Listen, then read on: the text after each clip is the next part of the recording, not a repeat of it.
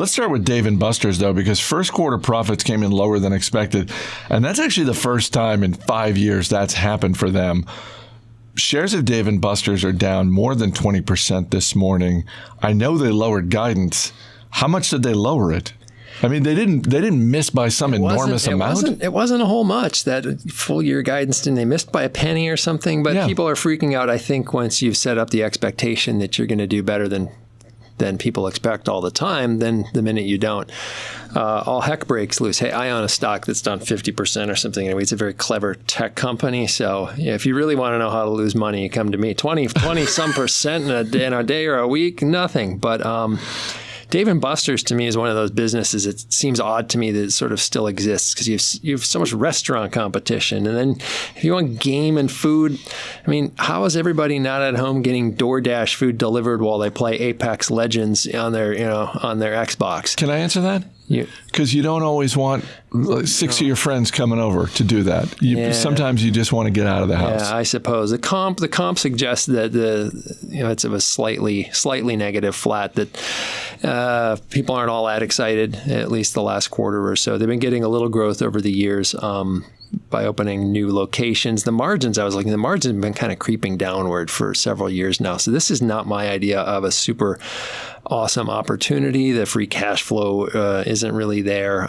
So unfortunately, sitting there at a price to earnings ratio of 17 sounds like a bargain today, but I think it might need to be more of a bargain before it's a real deal. I'm glad you mentioned the comps, because that was one of the things that leaped out at me when I was looking at this quarter, was that their comps really aren't that great. The new locations, and by definition, for those who are new to this podcast or new to investing, when we talk about comps, same-store sales, by definition, those are locations that have been open for at least a year.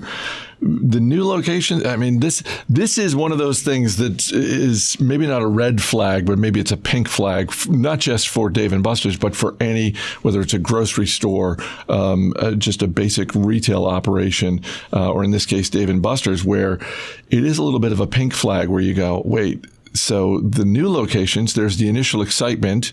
Dave & Buster's has opened up in your town or your city or whatever. It's like, oh, let's go there. But if they can't sustain those people, and I'm wondering how much of the gross margins creeping down has to do with an increased marketing spend, because it does seem like they are doing a lot of promotional stuff. Yeah, well, all the margins are on the way down. So, they're food prices were going up for a while, and then we had labor and other costs going up. So, but in a lot of restaurants are experiencing this. Some of it's just plain old competition. You have to match prices or in some way or another, right, to bring people in the door. One of the challenges I would guess exists for Dave & Buster's is, hey, it's a super small location without much stuff in it, right?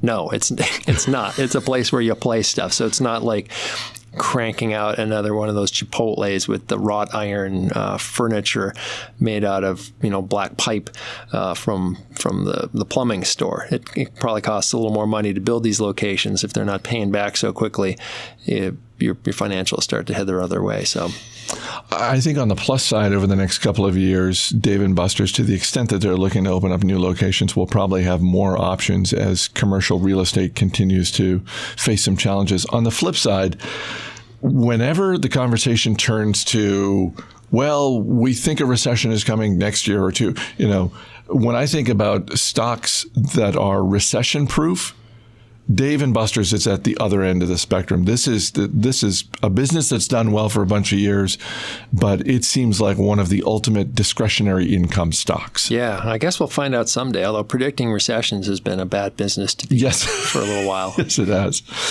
So the fact that the stock is at a 2.5-year low, you're not looking at this saying, buy on this dip. No, I got a long history with value, finger quotes, value stocks like this that continue becoming more and more of a value, but less and less of a value, if you know what I mean.